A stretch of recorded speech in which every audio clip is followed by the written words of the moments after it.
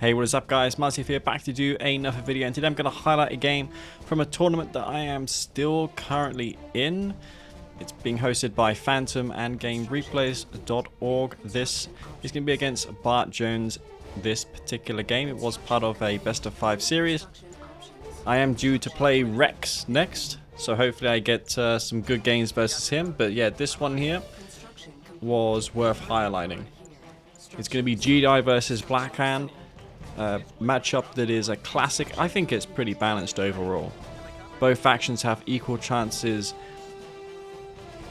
in the early and mid game and late game. I think maybe GDI has a slight edge later on, but that is the case as well for Blackhand in certain circumstances. Like if it's a big open map, Bike Buggy can scale pretty well. And if it's a map with a lot of choke points, then yeah, GDI can harness the power of the juggernauts and the base pushing. Really all depends on the map. This map here, it's hard to say really. There's a lot of garrisons, so Blackhand can benefit from garrisoning up the map, and it's pretty awkward for GDI since they only get one garrison declearing unit, and that's available at tier 2. You've got to build a command post and you have to build a barracks, and grenades don't have much utility aside from clearing out buildings, to be honest. Yeah, they did get some buffs in R23. The grenade projectile itself moves a bit quicker. I believe that change was done to make it a counter to shock troopers for steel talons, because they didn't get sniper teams. So if you guys are wondering, as steel talons, how do you counter shock troopers? It's not grenades, it's just Wolverines with AP ammo. But if you do need something before AP ammo, I highly recommend the grenade squads. That's what I would do, put them in the MRTs. But that's by the by. 3 and 2 on my green field here. I've set a 4th harvester a bit early to the blue tip. I'm not sure if this is worthwhile. I've seen some of the Russian community players do this, where they send their 3rd harvester to the blue tip field. I honestly don't think it was worth it.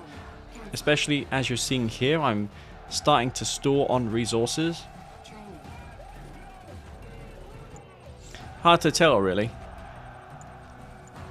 But I'm going to gather some blue tiberium. I'm not even going to get a full load of blue tip, so 3/4 of a tank, definitely not worth the travel time. It's only good if your opponent goes there as well and finds out there's no tip. Then he just wastes mining time and gets nothing. That's the whole point of sending early harvesters to the blue tip. But as you can see in this community patch, blue tip harvesters are easily... you can easily identify them since they are blue. You can see the blue tip physically inside of that harvester. It will spawn blue tiberium when destroyed. So that is a pretty nifty thing in R23. I think this is 2 war factories, this Bike Buggy aggression. I'm seeing a lot of units here, unless he foregone some harvesters early on for this. It's a lot of units. I'm assuming it's 2 war factory. He's going to kill a harvester. He may get a second one here. Is this 2 harvester kills? Oh, he does get 2 halves, so that's a huge loss for me. I'm losing a lot of my economy. That paid off for sure. Killing 2 harvesters, forcing me to cancel my refinery and then queue units on top of that. Definitely a big win for the Blackhand player. And just to add salt to the wound, he kills my power plant with those cabals. You want to be pretty on point when it comes to riflemen inside of foxholes and cabals attacking power plants. You know, it's easy to forget about them in the early games. The damage is pretty low, but if you let them do damage over time, then eventually, yeah, they will kill a power plant. And I'm actually suffering as a result of that. My build queue is being slowed down. So I'm going to restore my power here. And these peoples aren't going to achieve too much. I'm just using them to scout him, force out some stuff. He's probably going infantry at this point. I'm expecting infantry, that's why I'm going to go for a tier 2. Get that AP ammo online as soon as possible. Scorpion tanks are the name of the game for the Blackhand player, which is a very atypical choice. But maybe not, because usually GI players don't spam tier 1 and Predator tanks against Blackhand. because the meta is just going straight for a Marv and Hammerheads. One thing you can do as Black Hand, as I pointed out on that Tournament Savannah game, is you can go for Mantis and Scorpion tanks. The Mantis are a great unit to accompany Scorps because they move roughly the same speed as the Scorpion tank. They provide excellent AA. Their damage is more than the stealth tank, in fact, when it comes to anti-air. Very effective unit. I know the Mantis has a lot of haters, but it also has its fans. I would say I'm a fan of it. I like the unit. It's slow, sure, but it has a lot of damage to make up for that. And often, your opponent must engage the Mantis. For instance, if you've got a flame tank in the opponent's base, and your opponent's responding to it with hammerheads, which is usually the first responders to that kind of thing, then they're going to be forced to engage Mantis if there are Mantis there. So I like how it is now. Infantry is now coming out of the Black Hand player, which is to be expected. Really, that's Black Hand's strengths. So I'm spamming APCs like a madman. I can go for hammerheads. You often see players like Bike Rush go hammerhead spam. But this late into the game, I think it's not going to be a good idea, since he's most likely going to be taking up to tier 3 while going infantry. He's going to get the tip core upgrade, and hammerheads aren't going to be able to do a whole lot once that upgrade is done, whereas APCs can trade somewhat better against bikes with tip core, and they don't really die as quick as hammerheads do against tip core SAMs. One thing that is pretty annoying is having to deal with these structures. He's got triple rockets garrisoned in some of these buildings. Pretty annoying to deal with. I see 2 or 3 harvesters in my third field. At this point I was like, is he there with an MCV? There's 2 harvesters taking tip there. There's a chance he's got a MCV, or he captured the expansion point. There's one just where those harvesters are. So I'm cautious here. Obviously the fog of war is affecting my judgment here. I'm assuming he's got a base, but no, it's just 2 harvesters. He's going to get away with them as well. I wasn't able to knock these harvesters out. Scorpion tanks chasing my APCs. I'm trying to sandwich in these bikes. The orcas I built to harass the harvesters. I built those instead of hammerheads, not only to harass harvesters but also to kill flame tanks, because Black Hand players love their flame tanks. If they get one flame tank into your base and take out a tier 3, for instance, that's pretty much game over. You can't really take damage as GDI. You've got to trade as effectively as possible, because the Black Hand player can just have more effective trades later on, if not with those tip core bikes and shredder turrets with charged particle beams. Those are very effective. So those orcas were pretty effective there. I was able to take out that purifier. The bikes weren't microed well enough to dispatch them. I've got several missiles left in those, so I'm just going to place them above this blue Tiberium field. What I should be doing here is taking that blue tip, capitalizing on the advantage that I currently have in the middle of the map. I have access to that blue tip whilst my opponent is busy defending his base against the light harassment that I'm putting onto him. He's taking up to tier 3, we saw that, and likely is working on a Redeemer at this point. There's avatars and infantry coming out. That's a pretty potent combination as Black Hand. If you get the Purifying Flame, then you're in business.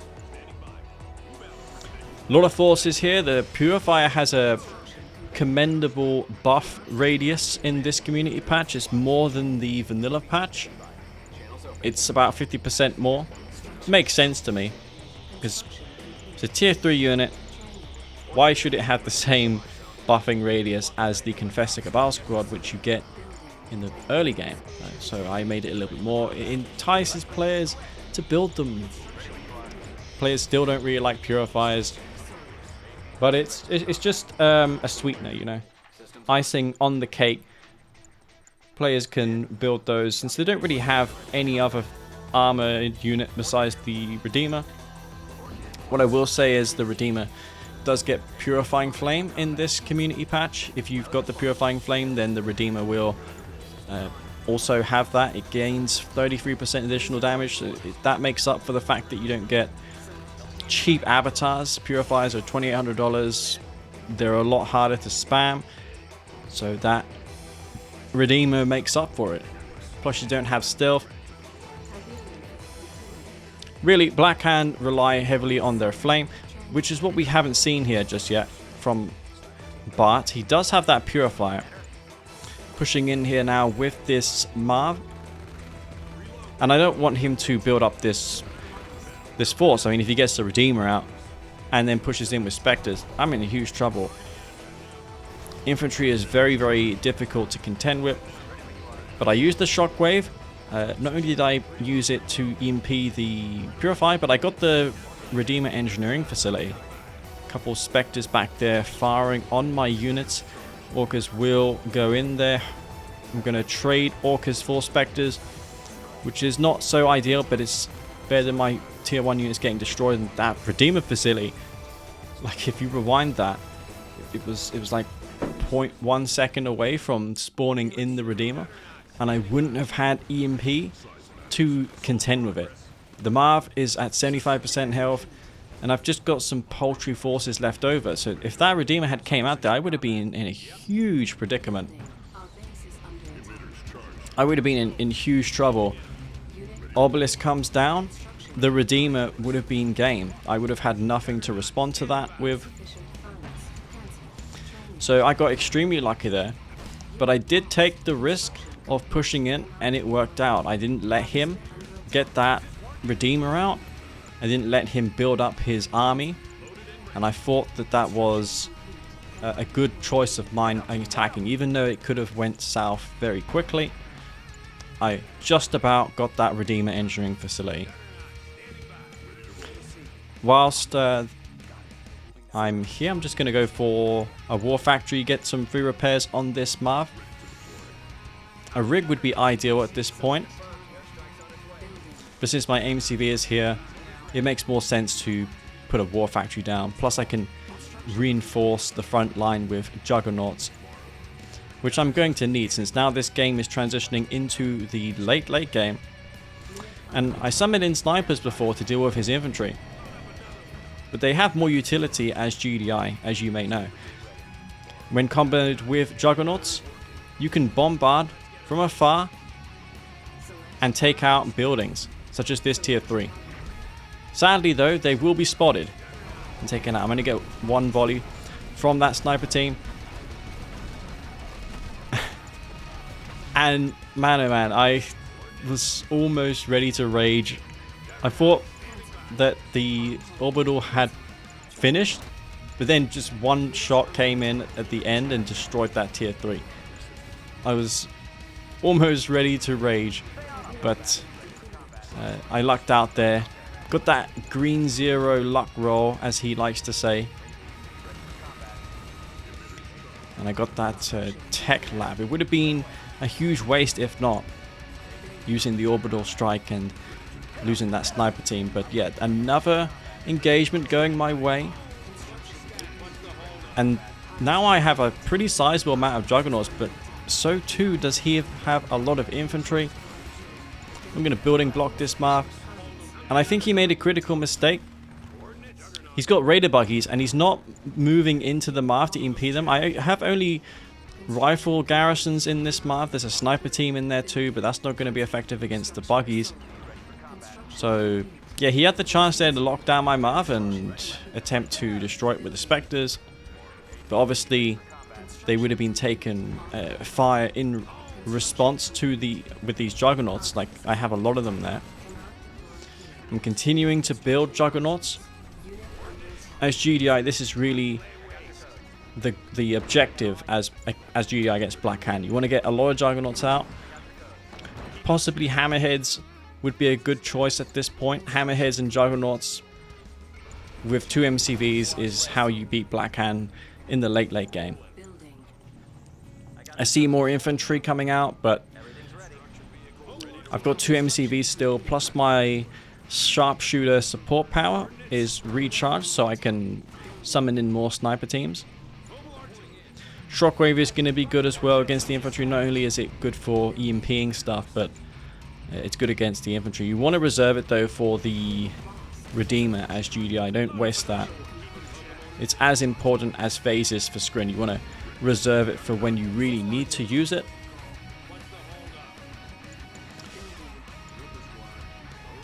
You want to make sure that you split up your juggernauts too against the specters, otherwise they'll all be getting splashed down. That's why I have juggernauts everywhere, as you see. Plus I've mixed in these zone troopers, which are really good against the bike buggy, because buggies have very little cannon damage armor, so the zones do tons of damage to them.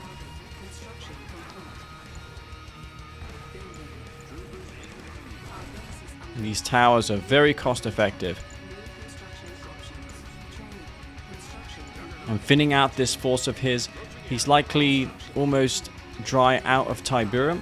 I've secured his main, so he's not going to be taking Tib from 3 Tib fields, but instead just the 2. And he's going in for one final assault, but he's being suppressed. Those juggernauts are good at killing the infantry as well. Not so much the disciples, but the main damage dealers, the rocket squads, will be getting destroyed there by the juggernauts. And these zones I have in front just to stop raider buggies from EMPing me.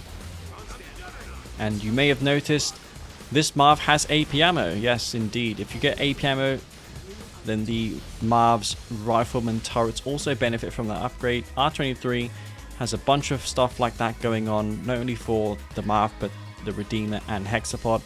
In the case of Reaper 17, getting the blue shard upgrade grants blue shards also to your Eradicator, which helps a lot, especially against Traveler 59, where Trav, you know, they typically have a big advantage with the mind control, but then Reaver 17 just has that steamroller advantage with superior units, and I have showcased that in a couple of videos ago actually, that you can win, but you've got to play slow and take advantage of your macro. Anyways guys, hope you enjoyed it. If you did, don't forget to leave a like on this video. I really appreciate that. And before I go, I'd like to thank my patrons for supporting me and my channel and for keeping this scene going. Anyways, I'll catch you on the next video guys. Thank you very much for watching and being here, and I'll see you all next time. Peace out.